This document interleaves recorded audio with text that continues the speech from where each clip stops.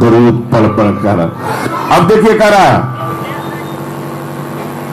کہ رسول علیہ الصلوۃ والسلام. اچھا آ جائیے, بیٹھ جائیے, آپ لوگ تشریف رکھیے. یہ پاک کے دلکش بیان سے پہلے کوئی کتاب نہ پڑھنا قرآن سے پہلے. رسول پاک کے دلکش بیان سے پہلے کوئی کتاب نہ پڑھنا قرآن سے پہلے. نزول حضرت آدم یہی بتاتا ہے کوئی وطن نہ تھا ہندوستان سے پہلے. سب سے پہلا اگر کوئی ملک ہے دنیا میں تو اسی کا نام جو ہے بھارت ہے, انڈیا ہے, ہندوستان ہے. کسی دوسرے ملک کا نام, تین نام نہیں ہے حضرات. آپ کے ملک کا جس ملک میں رہتے ہو یہ تینوں نام ہے حضرات جو ہے. تو یاد رکھیے حضرت آدم علیہ السلام کہاں ہے؟ اسی بھارت کی سرزمین پر میں آئے بھائی.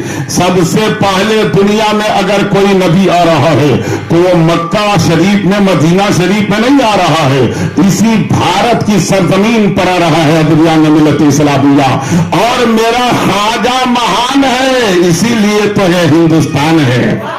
میرا خواجہ مہان ہے اسی لیے تو ہندوستان ہے.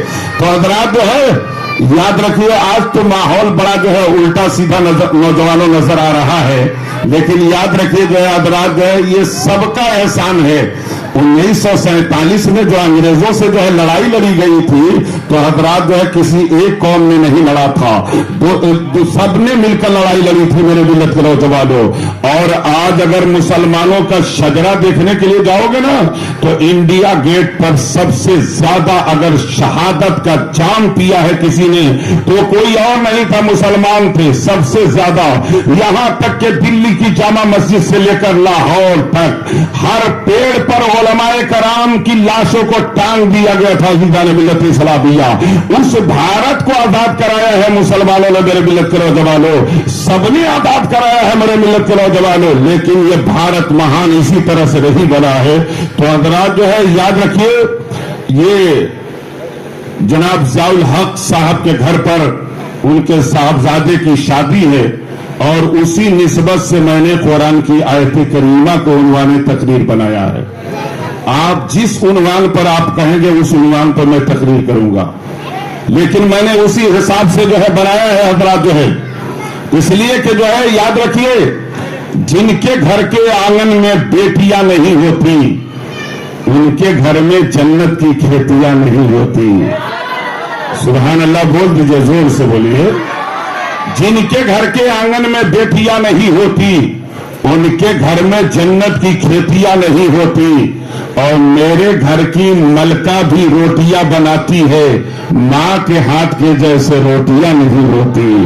ماں کے ہاتھ کے جیسے روٹیاں نہیں ہوتی.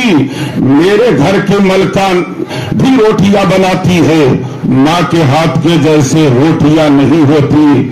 حضرات جو ہے یاد رکھیے بیٹیاں جو ہے میرے ملت کے نوجوانوں جو ہے یہ بیٹوں سے کہیں زیادہ جو ہے اپنے گھر والوں سے محبت کرتی ہے بیٹیاں عزیزان ملت اسلامیہ. اسی لیے تو شاعر کہتا ہے زمانے بھر میں بڑھی گھر کی شان بیٹی سے, زمانے بھر میں بڑھی گھر کی شان بیٹی سے, مہکتا رہتا ہے دل کا جہان بیٹی سے. ضرور یہ نہیں بیٹوں سے نام روشن ہو, میرے نبی کا چلا خاندان بیٹی سے, میرے نبی کا چلا خاندان بیٹی سے, میرے نبی کا چلا خاندان بیٹی سے. ذرا آپ توجہ سے اور تھوڑا سا جو ہے گرم ہو جائیے تاکہ گرم گرم تقریر میں آپ کے سامنے جو ہے پیش کر دوں عزیزان ملت اسلامیہ. لیکن یاد رکھیے ہم علماء اہل سنت جو ہے نا, یاد رکھیے ہم میں کسی میں بھید بھاؤ نہیں کرتے.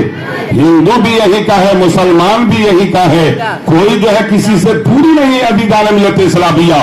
اور ہم تو دعا کرتے رہتے ہیں. ذرا سن لیجئے, اگر کوئی میرا ہندو بھائی بھی ہے تو یہ سن لے جو ہے شاعر کیا کہتا ہے, نردھن ہے دھنوان بنا دے یا اللہ. سبحان اللہ بول دیجئے.